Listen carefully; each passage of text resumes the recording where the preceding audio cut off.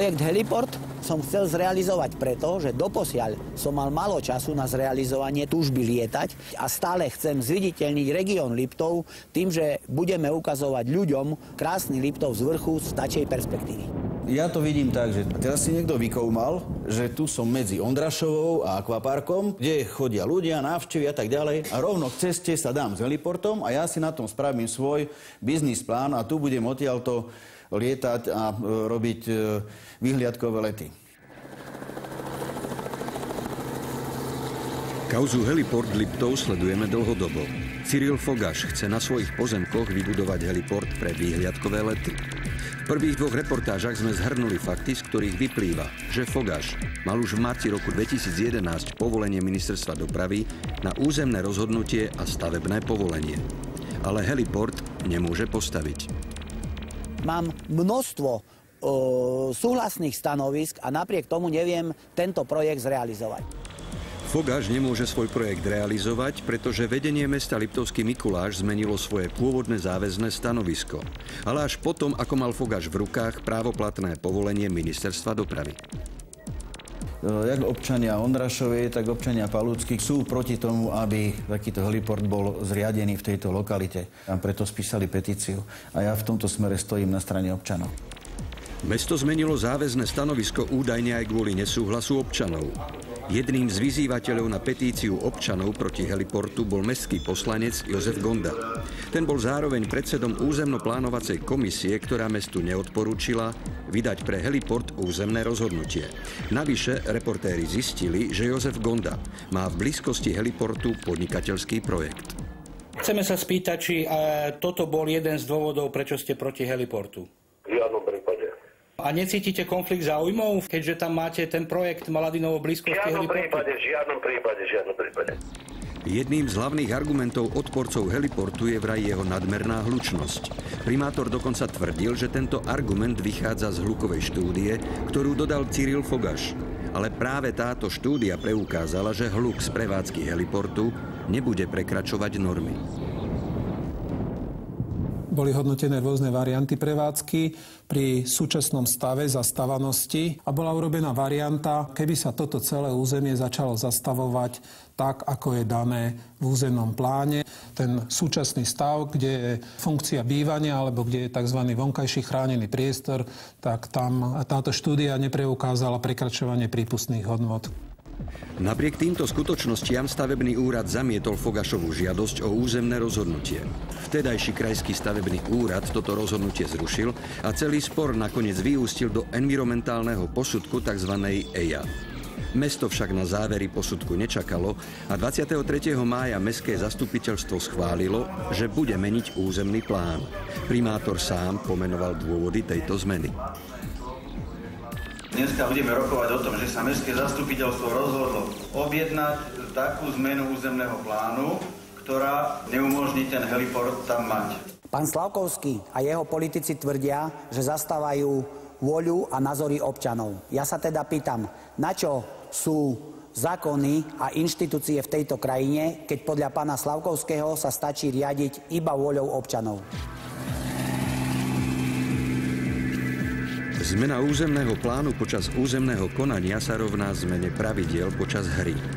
Avšak v kauze Heliport Liptov nastal cez prázdniny významný obrat. Záverečný verdikt environmentálneho posudku EIA definitívne dáva za pravdu Cyrilovi Fogašovi. Pre nás ako orgán ochrany zložiek životného prostredia je tento zámer na základe tohto predloženého priateľný, aby sme mohli povedať až vhodný do danej oblasti a určite priniesie viac pozitív ako negatív. Posudok nesúhlasí s námietkami odporcov heliportu. Podľa EIA prevádzka heliportu v schválených režimoch nebude prekračovať povolené hladiny hluku a nebude narušovať životné prostredie. Tento dokument teda v tomto zmysle je síce pre stavebný úrad doporučujúci, ale istým spôsobom má veľkú odbornú váhu a ťažko povedať o ňom, že sa nebere, alebo nemôže brať, alebo nemalo by sa brať na zreteľ, pretože už potom by sme si mohli položiť otázku, tak čo má váhu a čo má zmysel robiť, keď už hlasy odborníkov, odborne spracované, nebudeme brať na vedomie, alebo by sme ich ignorovali. Heliport je aj v súlade s územným plánom. Potvrdzuje to dokonca vyjadrenie hlavného architekta mesta. A keďže investor heliportu Cyril Fogaš predložil úradom požadované doklady a posudky, stavebný úrad musel podľa zákona obnoviť územné konanie. 26. bolo obnovené územné konanie. Teda bude tam ten heliport stáť nakoniec? Konanie bolo obnovené, lebo je to v zmysle zákona. Takže lehoty bežia a stavebný úrad koná v zmysle zákona. Treba však povedať, že prerokúvanie zmien a doplnkov územného plánu, aby sa heliport v danej lokalite nedal postaviť, prebiehalo aj v júli po záverečnom vyhodnotení posudku EIA. Budú pokračovať zmeny a doplnky v územnom pláne, čo sa týka heliportu? Áno, zastupiteľstvo o tom rozhodlo, proces je v behu. Mesto Liptovský Mikuláš robí v takomto časovom slede zmeny a doplnky územného plánu, ktoré sa zdajú, že sú jemne povedané účelové, zamerané na to, aby zámer, ktorý, ako sme spomenuli, bol posúdený EIA a bol odporučený, bol, keď to tak môžeme povedať, vyšachovaný alebo odstránený z územia mesta. Podľa našich informácií stavebný úrad obnovil územné konanie až potom, ako investor Fogaš podal sťažnosť na jeho postup. Treba tiež povedať, že súhlasné stanovisko k záverom EIA dalo aj samotné mesto. Ak je teda heliport v súlade so zákonom, aké môžu byť skutočné motívy odporcov heliportu?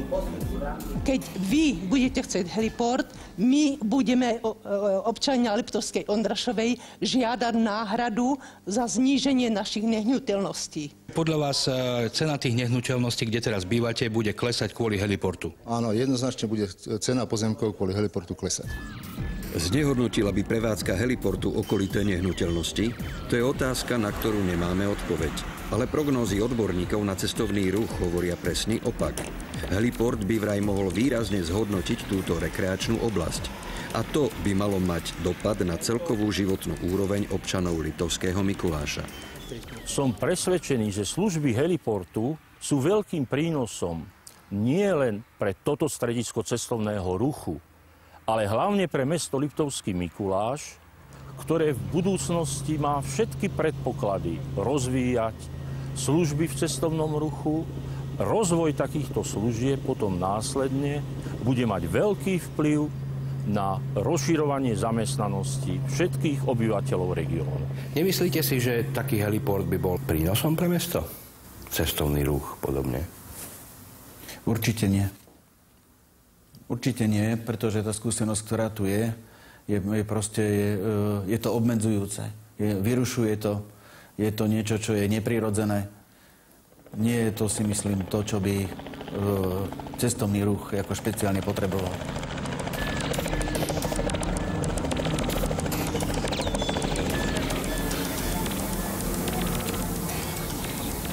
Aké ste mali zážitky z tohto lietania? Krásný to bylo, krásných výhledů. Čo sa ti najviac páčilo? Všechno. Bylo nám to docela divný, proč to tady lidem vadí. Když vlastně pro turisty to může být docela dobrá atrakce. 19. septembra však mesto Liptovský Mikuláš opäť zamiešalo karty, keď mestské zastupiteľstvo schválilo zmeny a doplnky územného plánu. A výstavbu heliportu v danej lokalite vylúčilo. Proti nebol žiadny poslanec. Takýmto titulkom mesto prezentovalo schválenie zmeny územného plánu na svojich stránkach. Celý náš klub, nazveme ho opozičný klub, sa zdržal hlasovania, pretože si myslí, že pôvodný územný plán je kvalitný a spĺňa všetky kritériá moderného územného plánu. Mesto sa rozhodlo urobiť zmenu v svojom územnom pláne, predovšetkým z toho titulu, že dnes to tam bolo napísané príliš všeobecne a umožňovalo to umiestniť niečo také ako heliport do akéhokoľvek zmiešaného územia v meste, čo si myslím, že je nepripustné. Nie je pravda, že v každom zmiešanom území s rozšírenou občianskou vybavenosťou sa dá postaviť heliport. Pretože musí byť splnená prvá základná podmienka, aby miesto, kde by mal novo vybudovaný heliport stať, splňalo predovšetkým podmienky vyplývajúce z leteckého zákona. Heliport Liptov splňa všetky zákonné podmienky. Existujú dokumenty stavebného úradu, v ktorých úrad konštatuje, že od Cyrila Fogaša už žiadny dokument nepotrebuje. Napriek tomu mu stále nebolo vydané územné rozhodnutie. Bývalý krajský, dnes okresný stavebný úrad dokonca eviduje žiadosť o odklad územného rozhodnutia. Stavebný úrad požiadal o predĺženie lehoty na rozhodnutie vo veci o 120 dní. V takomto prípade, keď navrhovateľ predložil všetky podklady pre vydanie územného rozhodnutia, ktoré stavebný úrad od neho vyžadoval, a keď prebehlo posudzovanie stavby a životné prostredie, pred vydaním rozhodnutia teda na 120 dní, to sme sa nestretli.